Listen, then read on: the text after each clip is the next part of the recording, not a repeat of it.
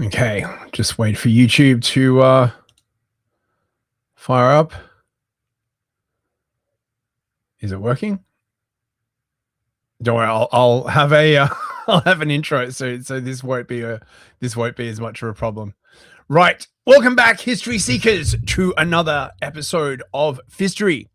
Tonight, an episode I've wanted to do for a while: the history of the Jews in England. For a source for this, for a good source on this, I will be using the 1906 Jewish Encyclopedia, which is honestly a great resource. Despite being Jewish written, it is very even-handed, and really, I think because it was written before the unpleasantness of the First and Second World Wars, it is really a very, very balanced and quite candid history of the Jews in many European countries, and the one on England is particularly interesting. The Jews, of course, were brought over to England after the Norman conquest in 1066 as basically a tax collector class. After the Normans invaded, they did this thing called the Doomsday Book, where they sort of catalogued everything in England so they could tax the crap out of it. And the Jews were imported as a separate sort of, I guess, like mercenary tax farming class. They had special privileges and all this kind of like other stuff.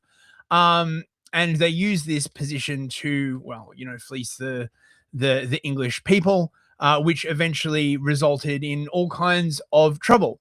The history of the Jews in Europe is always very interesting because it fundamentally intersects power, money, usury, religion, revolt, political machinations, loans to royalty, war. And I really think that the Jewish history, generally speaking, particularly in Europe, is a very underappreciated facet of history generally.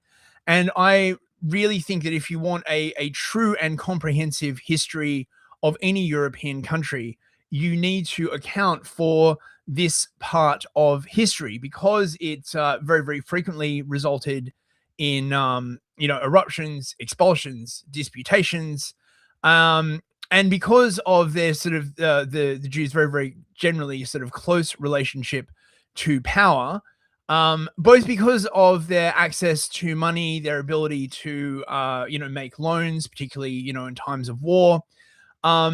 It really it's sort of like a hidden history. I mean, it's not exactly hidden, it's just sort of discouraged, if you know what I'm saying. Like, polite society, we don't talk about that. But it is a truly, truly fascinating tale, and let's get into it. If you would wish to send super chats to support the camel, yes, I have adopted a camel, and he lives only on super chats. A very, very thirsty creature, as you can imagine. So support the camel, or the channel. Send via Entropy or Ko-Fi. Entropy would be preferred. Linkies is in the chat and in the description. Right, so let's get into it. This picture, by the way, I don't think this is actually from England. I think this is from Germany. But it's very, very hard to find sort of pictures from these manuscripts that actually will fit on a thumbnail. This is from England. This is sort of before the expulsion. You can see here the white strips on the chest. This was the insignia that every Jew had to wear. This other picture, I think this is from Germany. You can see the funny hat, the Juden hat. Basically, sort of during medieval periods, when sort of the Christians had power, it was realized that due to the sort of the normal people not being able to distinguish between Christian and Jew, it was important that the Jews sort of mark themselves in some way so that people knew that they were dealing with them. This is, of course, is something that the Jews very, very much do not like, and is anyway. But history, okay. Excuse me. So this is from JewishEncyclopedia.com, the unedited full text of the 1906 Jewish Encyclopedia. A cracking read. I gotta say, man, I have spent many hours trawling through this. The history of England, the history of Germany, the history of Russia is particularly fascinating. They have an excellent article on the Rothschilds. I really can't recommend this enough as a source. And as I said, it's very, very even-handed. It's not it's not hysterical. It's not like, the kind of tenor of a lot of like modern stuff where, essentially like, the Jews never did anything wrong. It's quite candid about a lot of the reasons why the expulsions happened. For some weird reason, I can't get it to. It's all over on the edge of the screen like that. It's just an excellent read. It's just really even-handed, very, very fact-based, and I would highly recommend it if you're into this. I'll probably do a bunch more. Honestly, I could probably got 20 or 30 episodes just reading from this excellent text. I don't know like why part of it's like being cut off on the left. I'm just gonna have to deal with it. Right. So England. So we start off with the Normans. As I was saying, the Jews came over with the Normans after William the Conqueror took England in 1066.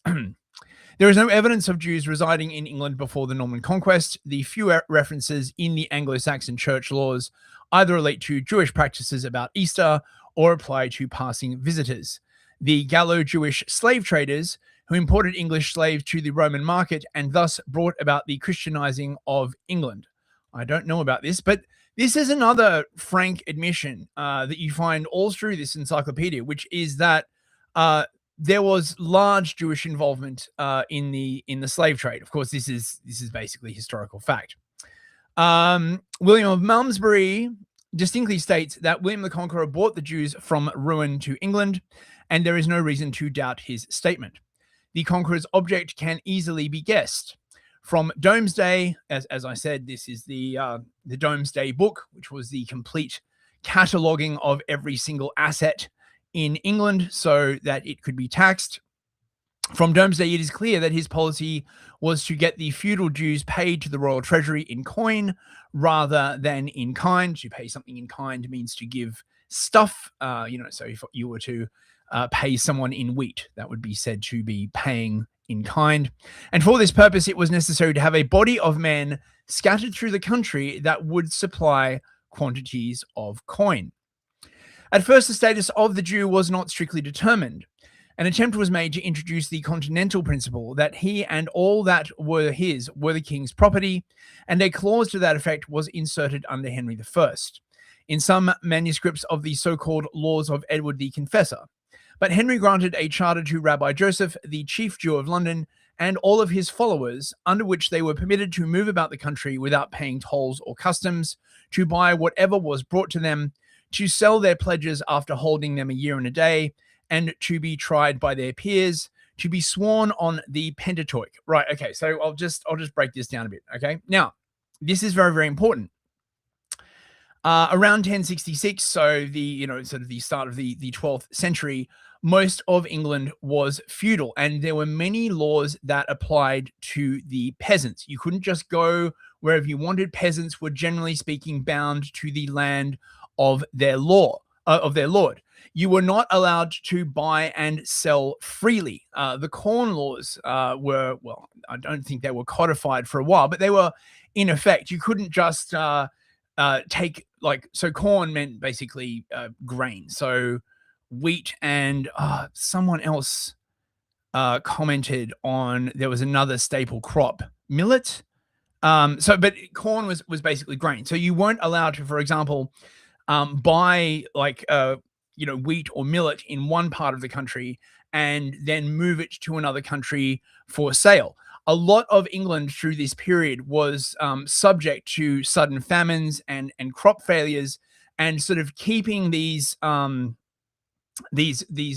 commodities local was a way of sort of limiting the free market and staving off famine, because famine led to rebellion led to all kinds of trouble. Okay. um to sell their pledges after holding them a year and a day. I'm pretty sure this means that if you borrowed money from the Jews could sell that loan off onto someone else, and to be sworn on the Pentateuch. The Pentateuch is the first 5 books of the Bible, which is called in Jewish the Tanakh. So you would still swear on the Bible, sort of, but definitely not the New Testament for obvious reasons. Special weight was attributed to the Jews' oath, which was valid against that of 12 Christians. Now, this is very, very important, as you can imagine. If a Christian got into a legal argument with a Jew, or any other sort of argument, I imagine, or any other crime, it would take 12 witnesses to override the witness of one Jew. I imagine this means that if you could find a Jewish friend who was willing to back you up, you would need 24 Christian witnesses. Obviously, this meant that in pretty much every legal dispute, probably criminal as well, it would be impossible to defeat a Jew legally unless it was something witnessed in public by hundreds and hundreds of people. The 6th clause of the Charter was especially important. It granted to the Jews the right of moving whithersoever they would, together with their chattels, as if these were the king's own property. So they essentially had some of the same privileges that the king had. They could move their property wherever they wished. They could buy and sell wherever they wished. Whatever advantage accrued to the king or to the Jews from their intimate relations were disturbed by the complete disorganization of the state under Stephen, who burned down the house of a Jew in Oxford, some accounts say with a Jew inside it, because he refused to pay a contribution to the king's expenses. The Jews were equally mulcted by Empress Maud and by King Stephen. Now, I think mulcted means to do like a forced loan. Let me see. Let me just look that up.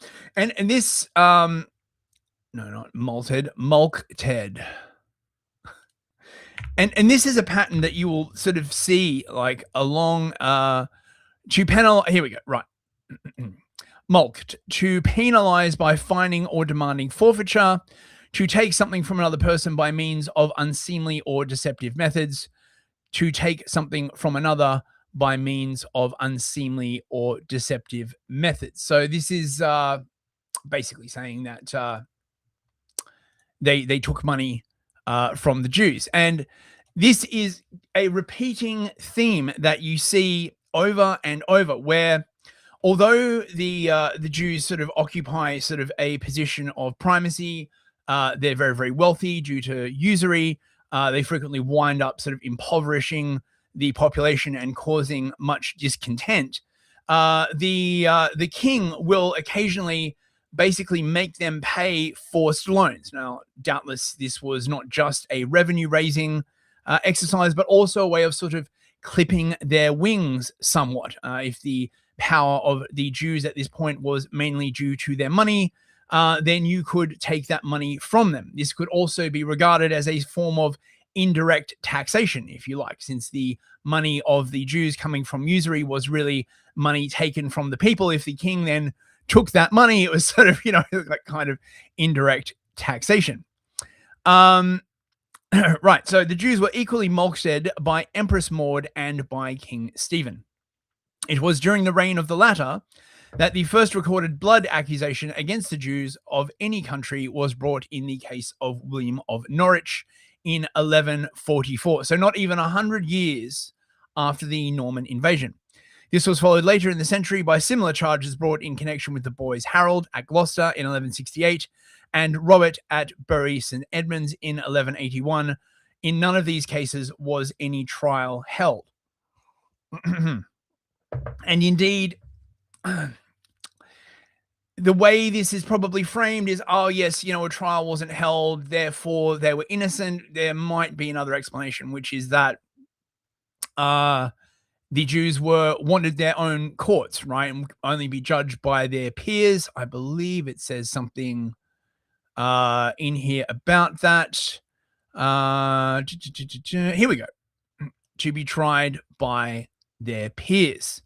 So what happens in the case of a sort of murder, a prominent murder of a Gentile in such a circumstance, or where there are, very, very few witnesses? If it was taken through the court system, the Jews under this system would be able to say, well, you don't have 12 witnesses, do you? So, you've got to let me go.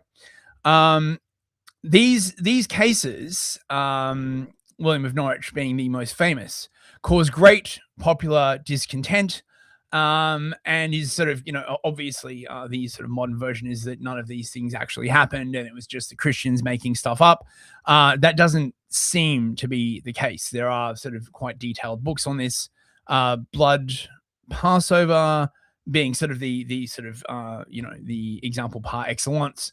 I should probably do something on this, but it's very, very, very spicy. Anyway, while the Crusaders in Germany were trying their swords upon the Jews, outbursts against the latter in England were, according to the Jewish chroniclers, prevented by King Stephen. So, you've got a couple of tensions sort of going on here, right? Not just sort of, the occasional murders and other kinds of things, but the fact that many, many people owe money to the Jews, and if this were disrupted, it could cause widespread sort of economic calamity. With the restoration of order under Henry II and the withdrawal of the lawless Flemings, the Jews renewed their activity. Within 5 years of his accession, Jews are found at London, Oxford, Cambridge, Norwich, Thetford, Bungay, Canterbury, Winchester, Newport, Stafford, Windsor, and Reading. Yet they were not permitted to bury their dead elsewhere than in London, a restriction which was not removed until 1177. Their spread throughout the country enabled the king to draw upon them as occasion demanded. Now, this is very, very important, right? Even, I don't know whether, like, how long the Norman kings persisted for. Maybe someone in chat can look that up for me. But what sort of wound up happening was a sort of weird symbiotic relationship where the king would offer his protection to the Jews, and in return, the Jews would essentially sort of acquiesce to, forced loans or, the taking of monies. And depending on sort of how things went, this got more or less abusive as time went on. Oh, did we just get an entropy? Is that what No, I didn't. Think so. Right. Their spread throughout the country enabled the king to draw upon them as occasion demanded. He repaid them by demand notes on the sheriffs of the counties, who accounted for payments thus made in the half-yearly accounts on the pipe rolls. I'm not exactly sure what this means. So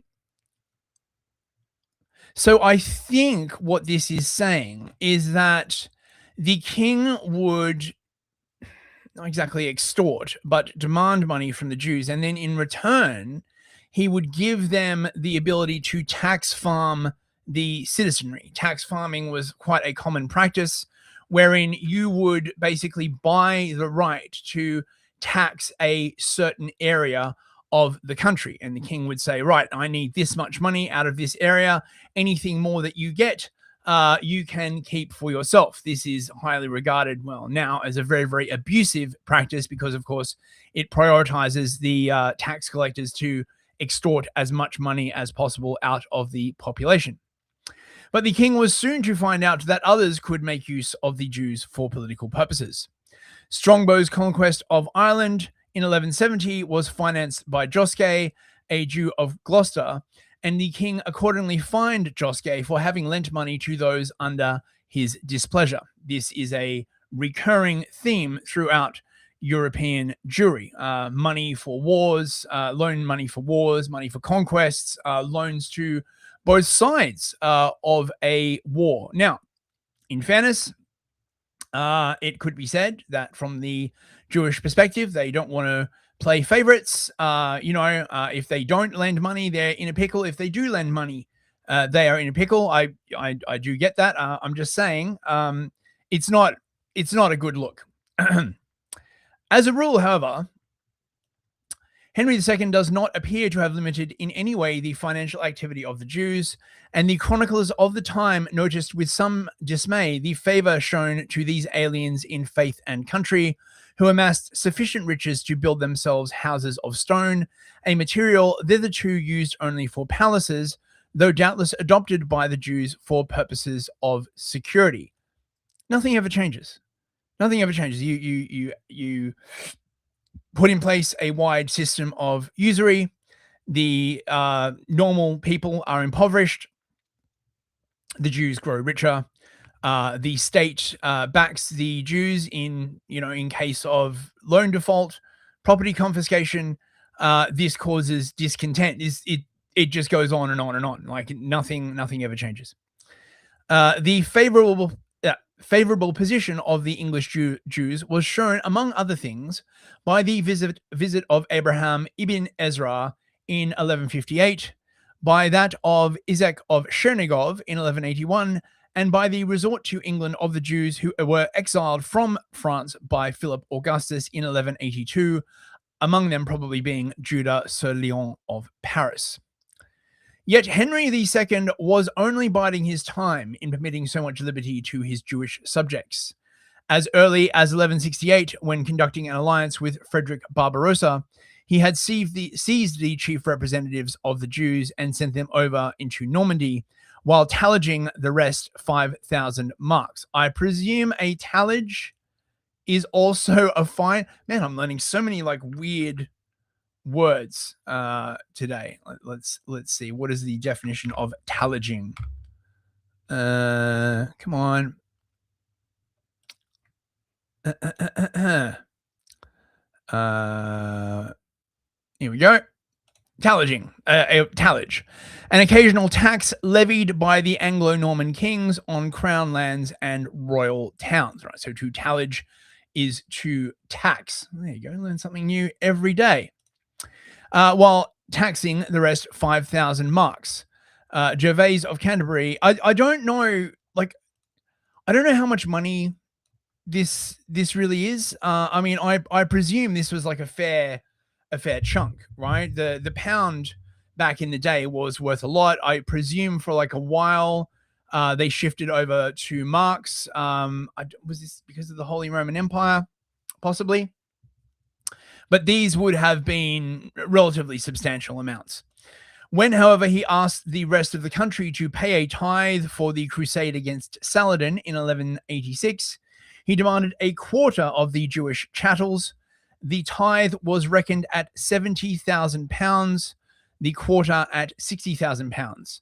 In other words, the value of the personal property of the Jews was regarded as 1/4 that of the whole country. Now, this is quite astounding. I'm sure that the Jews in question would have said, "Oh no, this is excessive. We don't really have that much money." But 1186, so 1066 was when the Normans invaded. So in a century, this very small group of people, who perhaps numbered no more than 30,000, were reckoned by the king to own fully 25% of the entire economy and assets of England. Usury is a hell of a drug. It is improbable, however, that the whole amount was paid at once, as for many years after the imposition of the tallage, arrears were demanded from the recalcitrant Jews. Yeah, I'm sure. The king had probably been led to make this large demand upon the English Jewry by the surprising windfall which came to his treasury at the death of Aaron of Lincoln. All property obtained by usury, whether by Jew or by Christian, fell into the king's hand on the death of the usurer. And Aaron of Lincoln's estate included no less than £15,000 of debts owed to him by members of the baronage throughout the country. Besides this, a large treasure came into the king's hand, which, however, was lost on being sent over to Normandy. A special branch of the treasury, constituted in order to deal with this large account, was known, quote, as Aaron's exchequer. Now, this is a recurring theme as well that you find, is that the people get caught up in loans to the Jews. They wish to be released from these loans. They rebel, and the king comes along and says, "Oh yes, we free you from these loans to the Jews. These loans are now owned by the king. Now, keep paying." So there's no real escape, basically. All property obtained by usury, whether Jew or by Christian, fell into the king's hand upon the death of the usurer. So I imagine this basically means that all outstanding loans upon death are transferred to the crown. This would provide sort of, I guess, like a sort of, not exactly a debt jubilee, really. I don't know whether the king, being Christian, would be allowed to continue these loans or not. Something tells me that they probably did. Apart from these extractions and a prohibition against the carrying of arms in the Assize of Arms in 1181, the English Jews had little to complain of in their treatment by Henry II, who was indeed accused by the contemporary chroniclers of unduly favouring those, quote, enemies of Christ.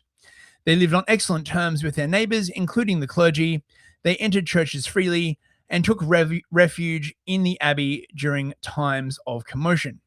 There is even a record of 2 Cistercian monks having been converted to Judaism, and there is evidence that the Jews freely criticized the more assailable sides of Catholicism, the performing of miracles, and the worship of images. Yeah, I'm sure that Christians love that, right? Meanwhile, they themselves lived in ostentatious opulence in houses resembling palaces, and helped to build a large number of the abbeys and monasteries in the country. By the end of Henry's reign, they had incurred the ill will of the upper classes, with whom they mostly came into contact.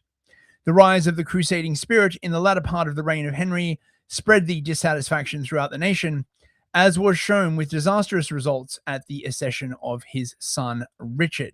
I imagine this is Richard the Lionheart, if I had to make a guess, but I don't really know. I should have like a king list here. Hang on a second. Norman kings.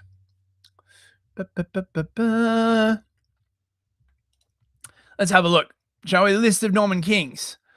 Right. Okay, so we have William the Conqueror, 1066 to 1087, William II, Robert II, Henry I, who we were just talking about, William Adelin, Matilda, Stephen, and then Richard I. Who's Richard I?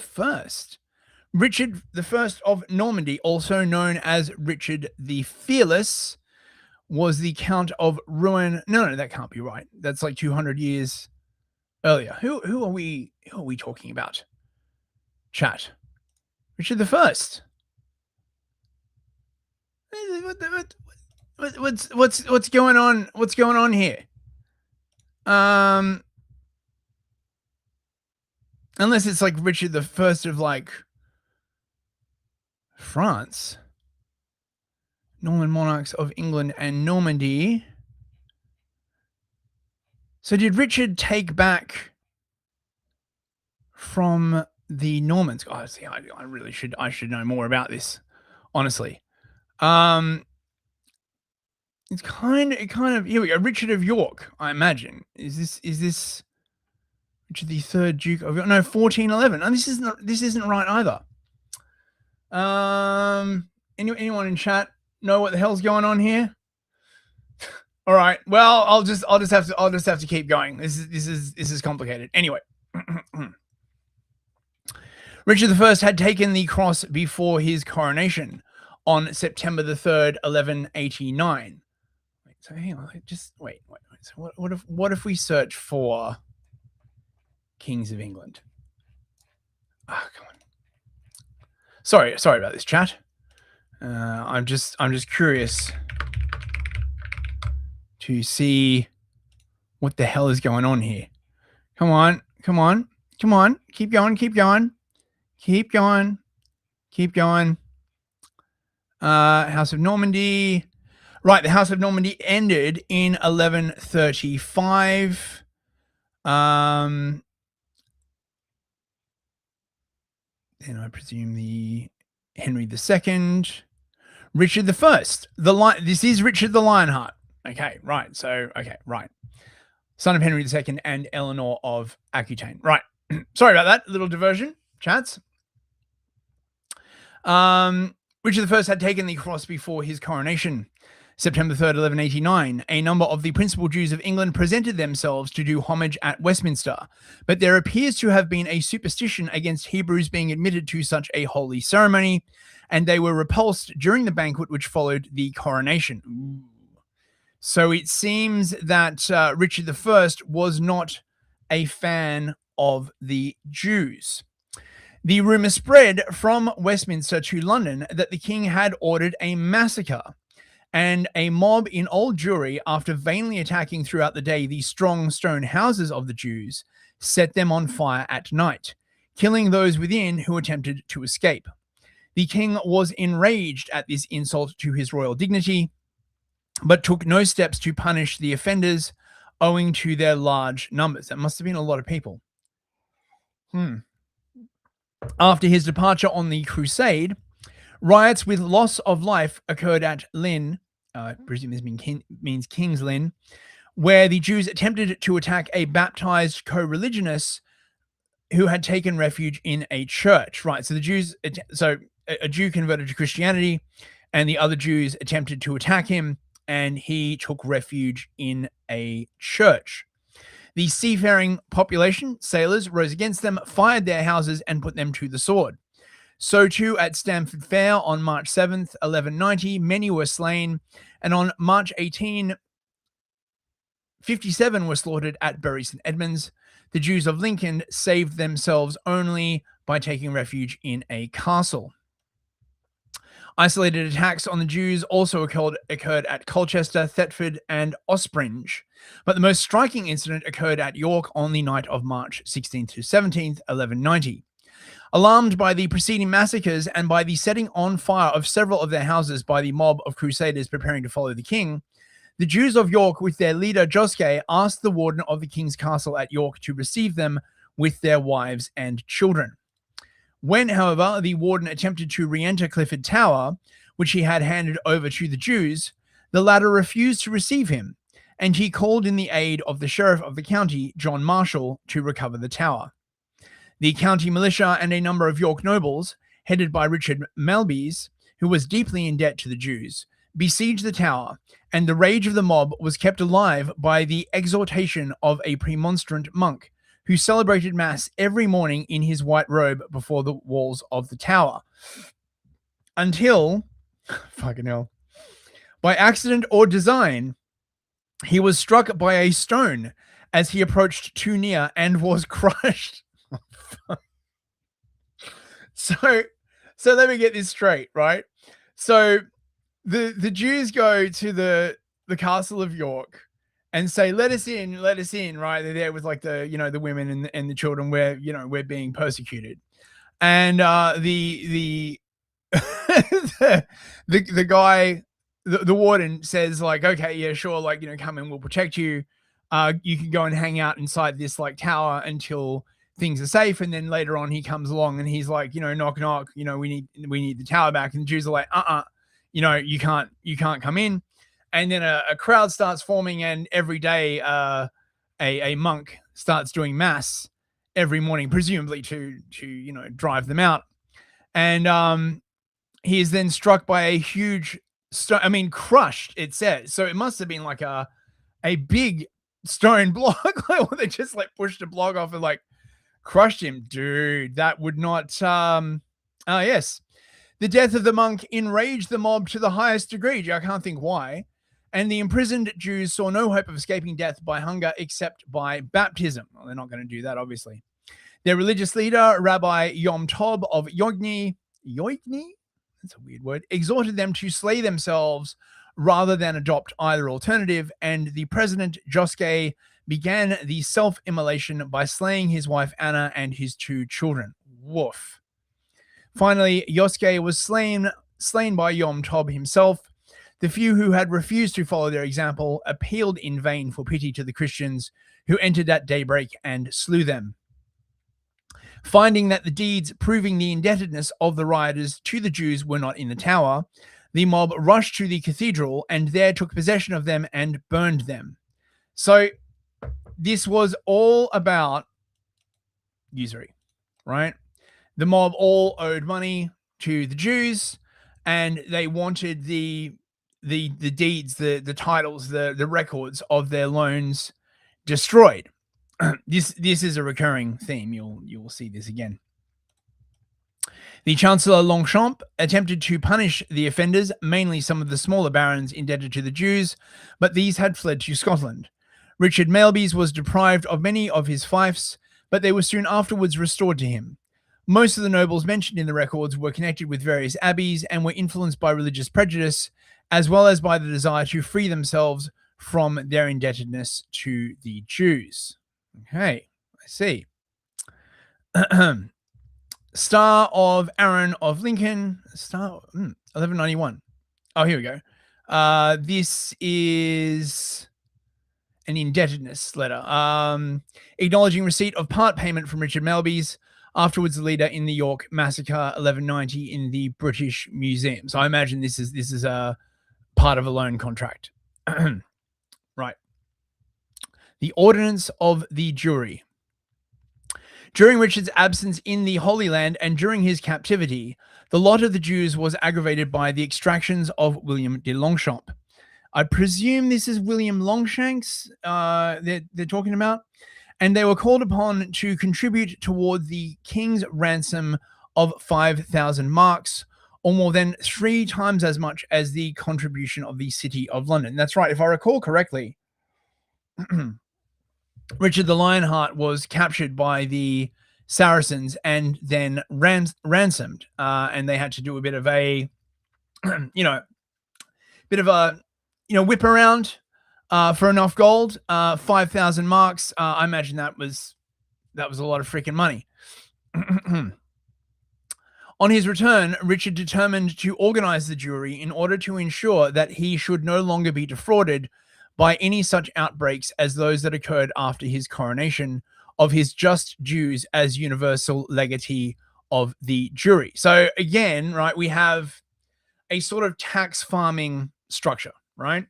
The Jews are always collecting money through taxes, loans, this kind of like stuff, and the king gets a cut of that. In return for this cut, the Jews get protection. He accordingly decided in 1194 that records should be kept by royal officials of all of the transaction of the Jews, which without such record should not be legal. Okay, this suggests that there was a certain amount of loan fraud going on. I imagine you wouldn't really have much recourse if you paid off a loan and then the Jew involved said, "Oh, well, actually, you haven't paid off the loan. What are you going to do? You're going to find 12 Christians to like testify on your behalf." Very, very unequal system. And of course, the only proof would be the loan document, which was being held by the Jew in question. Every debt was to be entered upon a chirograph, one part of which was to be kept by the Jewish creditor, and the other preserved in a chest to which only special officials should have access. By this means, the king could at any time ascertain the property of any Jew in the land, and no destruction of the bond held by the Jew could release the creditor from his indebtedness. Okay, so this is quite interesting. If you remember the clip of Jeffrey Epstein explaining how the banking system works, where to a bank, being owed money is an asset. This is a similar kind of thing, right? So to a Jew, having a bill saying that you were owed a certain amount of money was essentially an asset, which you could then trade to, somebody else. You could buy and sell and this kind of like stuff. And so after this point, there had to essentially be an independent government record. The government would then be able to ascertain exactly how much money was owned to any specific Jew. But again, also, if you attacked the Jew that you owed money to and you burnt the copy of the loan agreement, there was another copy with the government. So you couldn't get out of it like that. This ordinance of the Jewry was practically the beginning of the exchequer of the Jews, which made all the transactions of the English Jewry liable to taxation by the King of England. So you can't tax what you can't see, right? Who thus became a sleeping partner in all of the transactions of Jewish usury. Not very Christian, bro.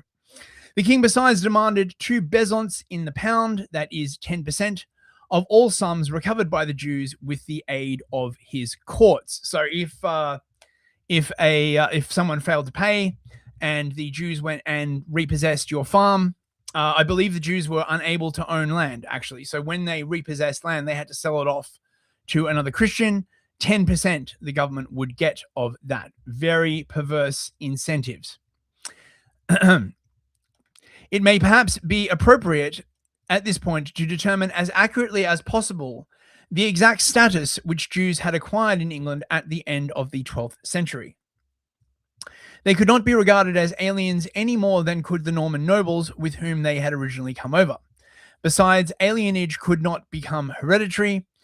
So, you could be an alien, but if you had kids, they were citizens. They were not heretics, since their right to exist was recognized by the church. Weak source. They were usurers for the most part, and their property, like that of all usurers, escheated to the king at their demise. We already covered this. So when a Jew died, their property went to the king. But on the other hand,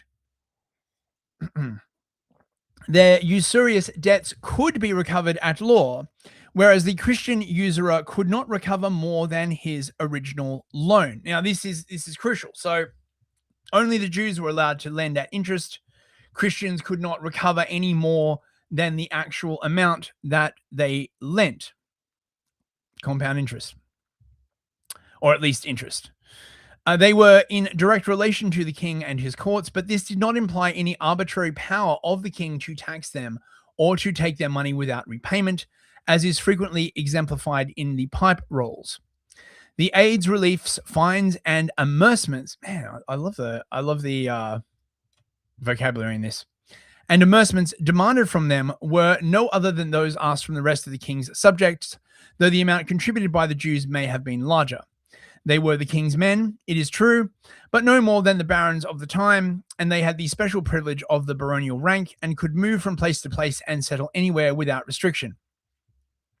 It will be seen how this privilege was afterwards taken away from them.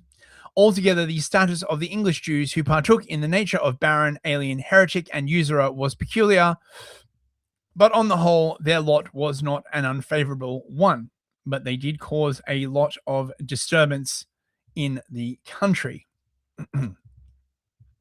These conditions, however, were not destined to last long. Excuse me. As early as 1198, Pope Innocent III had written to all Christian princes, including Richard of England, calling upon them to compel the remission of all usury demanded by Jews from Christians. This would, of course, render their very existence impossible.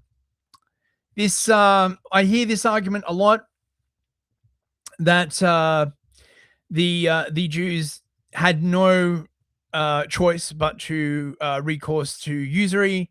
I don't know, man. It's not like I really see much evidence of them clamoring to be farmers or tailors or serfs or anything like that. You know what I mean, right? I mean, I don't know. I mean, on the other hand, if they weren't allowed to own land, then it might be that just the English wanted them to leave. On July 15th, 2015, the Pope laid down the principle that Jews were doomed to perpetual servitude because they had crucified Jesus. In England, the secular power soon followed the initiative of the church. John, who had his own reasons for disliking the Jews, having become indebted to them while a lad in Ireland, at first treated them with a show of forbearance. For the comparatively small charge of 4,000 marks, he confirmed the charter of Rabbi Joske and his sons and made it apply to all the Jews of England. And he wrote a sharp remonstrance to the Mayor of London against the attacks that were continually being made upon the Jews of that city, alone of all the cities of England. He reappointed one Jacob, archpriest of all of the English Jews, in 1199. But with the loss of Normandy in 1205, a new spirit seems to have come over the attitude of John to his Jews. In the height of his triumph over the Pope, he demanded the sum of no less than £100,000 from the religious houses of England and 66,000 marks from the Jews, 1210. One of the latter, Abraham of Bristol, who refused to pay his quota of 10,000 marks, had, by order of the king, 7 of his teeth extracted, one a day, till he was willing to disgorge. Dude. Fucking hell. Mate, so stuff's getting like really spicy by like the beginning of the 13th century. It is scarcely to be wondered that in 1211 many of the English rabbis willingly joined in the Zionistic pilgrimage of Joseph ben Baruch, who it is said was accompanied by more than 300 English and French rabbis in his journey to the Holy Land. Yet, though John squeezed as much as he could out of the Jews, they were an important element on his side in the triangular struggle between the king, the barons, and municipalities, which makes up the constitutional history of England during his reign and that of his son. Even in the Great Charter, clauses were inserted preventing the king or his Jewish subjects from obtaining interest during the minority of an heir. So, interesting. Does this mean that until you were 18, you couldn't inherit or you couldn't pay off the debts of your parents? I believe that's how it worked actually back then. Like if your parents went into debt, you had to continue paying the debt. The debts were essentially endless until paid off. I mean, man, imagine, dude. With the accession of Henry II in 1216, the position of the Jews became somewhat easier, but only for a short time. Innocent III had in the preceding year caused the Lateran Council to pass the law enforcing the badge upon the Jews. And in 1218, Stephen Langton, Archbishop of Canterbury, brought it into operation in England, the badge taking the form of an oblong white patch of 2 finger lengths by 4.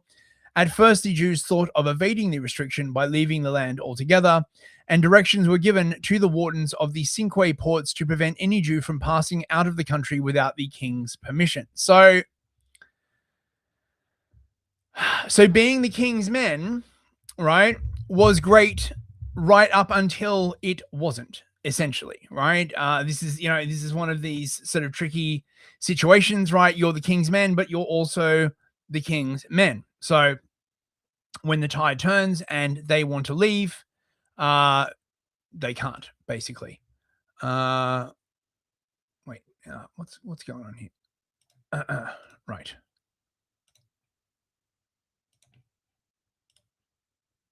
The changed position of the Jews was strikingly indicated in 1222, when a deacon at Oxford was burned for having become a proselyte to Judaism and for having married a Jewess.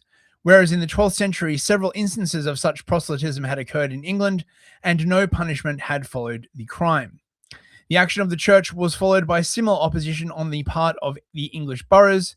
Henry, at his accession, had found it necessary to appoint committees of 24 burgesses, I guess they're like female burgomeisters, who should be responsible for the safety of the Jews of Gloucester and Hereford, while he claimed jurisdiction for his own sheriffs or constables in any causes between the Jews and the Christians. Interesting. So this is a gradual shifting back to Christians being able to adjudicate conflicts between the Christians and the Jews. This was a great source of annoyance to the towns, which were beginning to escape feudal dues and extractions of the king by compounding for a lump sum known as the firm of the borough. This exempted them from the king's jurisdiction, but an exception was made in matters relating to the jury, on pretext of which the king's officials again and again invaded the boroughs. Petitions were accordingly sent to the king in many instances to remove his Jews from the boroughs, and they were expelled from Bury St Edmunds in 1190, Newcastle in 1234, Wickham in 1235, Southampton in 1236, Berkmanstead in 1242, Newbury in 1244, and at last it was enacted in 1253 that Jews could freely reside in such towns only as had an arca for the preservation of the Jews' deeds and stars, from which the king could ascertain their capacity for further taxation. What is an arca? Ah, a chest. Right. So an arca is basically like a centralized chest, again, held by the government, which has record of all of the deeds, pledges, mortgages, lands, houses, rents, and possessions of the Jews that were registered. They were made in duplicate, one part to remain with the Jewish creditor, the other to remain in the arca, and that the contents of the arca were there to be recorded on a roll of transcripts, so that the king, by this means, should know every transaction made by any Jew in the kingdom. From time to time, a scrutiny of the arca took place, when either the arca itself, or more probably the roll or transcript, was sent up to Westminster to be examined by the treasurer there. Many deeds showing copies of the rolls made at these scrutinies still exist at Westminster Abbey. Okay, interesting. Oh, I think we got an entry. From Big Nick Digger for $5. Just saying shalom. Thank you very much. It's bit light on the super chats today. It's fine. I do it for the love of the game, bros. Oh wait. Hang on. We got something on Ko-fi as well. Let's have a quick look. Years for $5. Jacob, get the rock. That's a crazy fucking story, right? Like, oh man, it's honestly, it's like something out of Monty Python, right? Monty Python could have done an amazing like version of that story, right? Like instead of the Frenchman up on the wall, it's like a bunch of Jews, and the Christians are like, convert. No, I don't think I will. Fire on your God. Dude. Thank you, Yes. I really appreciate that. Right.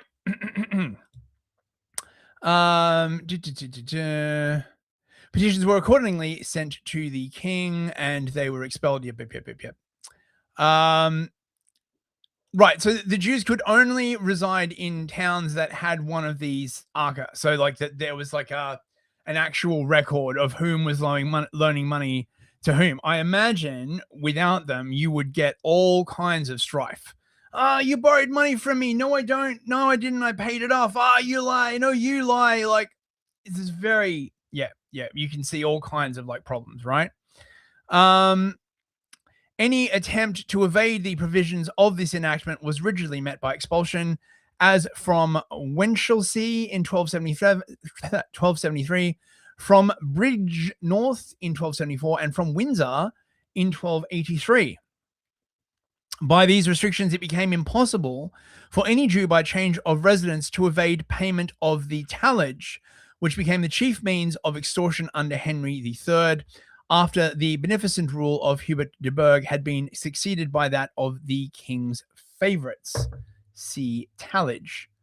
So see what I mean about this encyclopedia, right? Like, wait. Did you send another one? Yes. Yeah. Oh, yeah, no, we did it. Okay, right.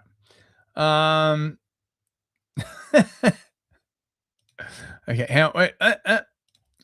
Honestly, this encyclopedia is great. Here we go. Okay, so a tallage has a specific meaning. a tax arbitrarily imposed upon a community which was made collectively responsible for the entire sum. This tax was frequently levied on the English Jews during the 12th and 13th centuries.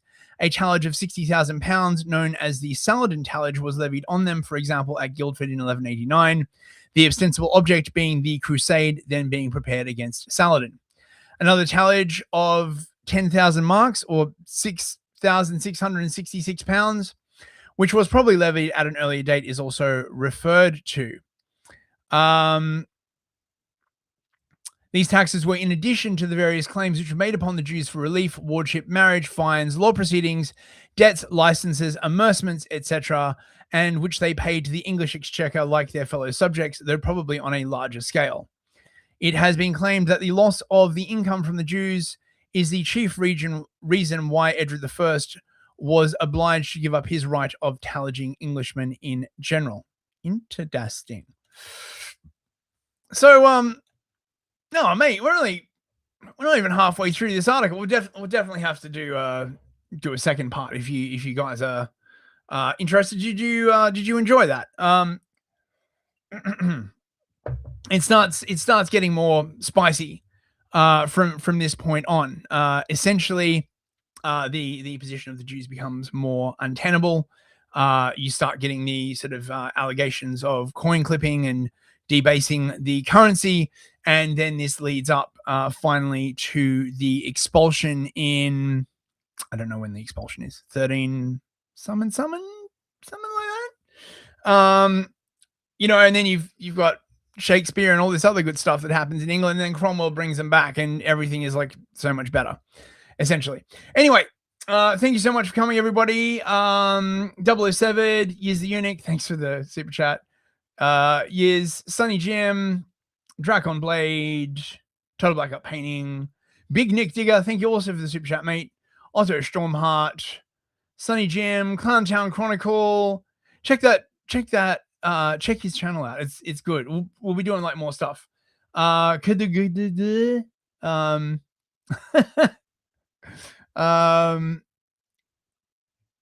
else we got? We got a Rumble. Teabagging Therapist, Full Short, and James Lindsay. Mate, it's an honor to have him watching my streams. Sati Sapiente, good to see you. And on Odyssey, Nariti. Hey Nariti, how you doing? Tasia, good to see ya. All the old friends here.